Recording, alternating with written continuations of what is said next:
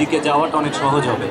আর যদি সেটি আমরা সুন্দরভাবে করতে না পারি, আমি বলছি না, অনেক ছোটোবেলায় আমাদের গার্ডিয়ানরাও আছেন, সম্মানিত গার্ডিয়ানরাও হয়তো। জনাব মোহাম্মদ রেজাউল করিম স্যার, সাধারণ সম্পাদক, শিক্ষক সংসদ। গুরুত্বপূর্ণ বিষয়টি খাল বা জলাশয় পরিচ্ছন্ন কর্মসূচি অফার করে যে তুমি একটা সিগারেট খেয়ে দেখো। আমি সব অফারকেই এই প্রজন্মকে প্রস্তুত হতে হবে এবং আপনাদেরকেও নতুন বাংলাদেশ গড়ার জন্য, নতুন বাংলাদেশের প্রত্যেকটি সেক্টরে নেতৃত্ব দেওয়ার জন্য নিজেদেরকে প্রস্তুত করতে হবে। এবং আমি আশা রাখবো আপনারা সঠিক ভাবে নিজেদের পড়াশোনা সহ নিজেদের আর্থিক উন্নয়নের মধ্য দিয়ে ভবিষ্যৎ বাংলাদেশকে নেতৃত্ব দেওয়ার জন্য নিজেদেরকে প্রস্তুত করবেন।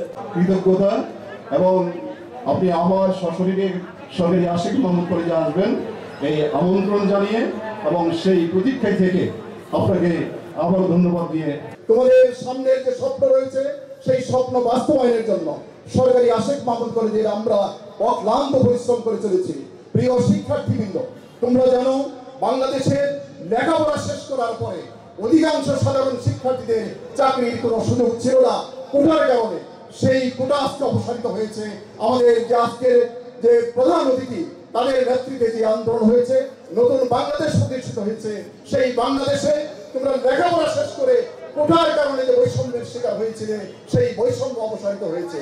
তোমরা ভালোভাবে লেখাপড়া করে তোমরা তোমাদের যোগ্যতম জায়গায় যাবে এবং নতুন বাংলাদেশ গঠন করার যে পরিকল্পনা, যে পথ চলা শুরু হয়েছে, সেখানে তোমরা তোমাদের যে প্রতিভার স্বাক্ষর রাখবে, তোমাদের দক্ষতার স্বাক্ষর রাখবে।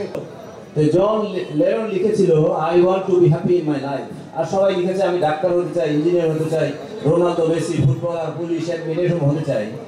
তো তখন সবগুলো পড়ে যিনি এটা অবতারণা করেছিলেন, যে শিক্ষক, সম্মানিত শিক্ষক, সবাইকে অ্যাপ্রিসিয়েট করলেন, সবাইকে ধন্যবাদ দিলেন যে you have rightly pointed out your future plan. সুন্দর। জন লেননেরটা যখন তার হাতে আসলো তখন উনি তাকে বুলশিট করলেন। মার চিঠি পড়ার পর শিশুটিকে আর স্কুলে যেতে হয়নি, তাকে আর কোনো বিদ্যালয়ে অধ্যয়ন করতে হয়নি।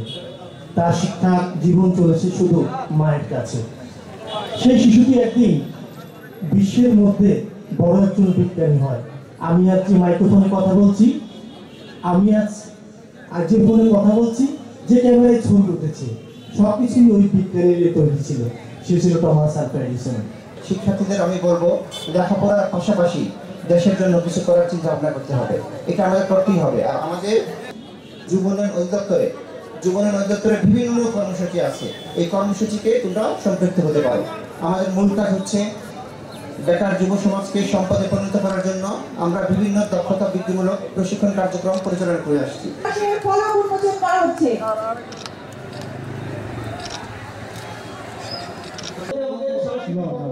শুরু হবে আর আমি আল্লাহ এই তৌফিক দান করো, আল্লাহ আমাদের সকলের মঙ্গল কল্যাণ দান করো। আসসালামু আলাইকুম।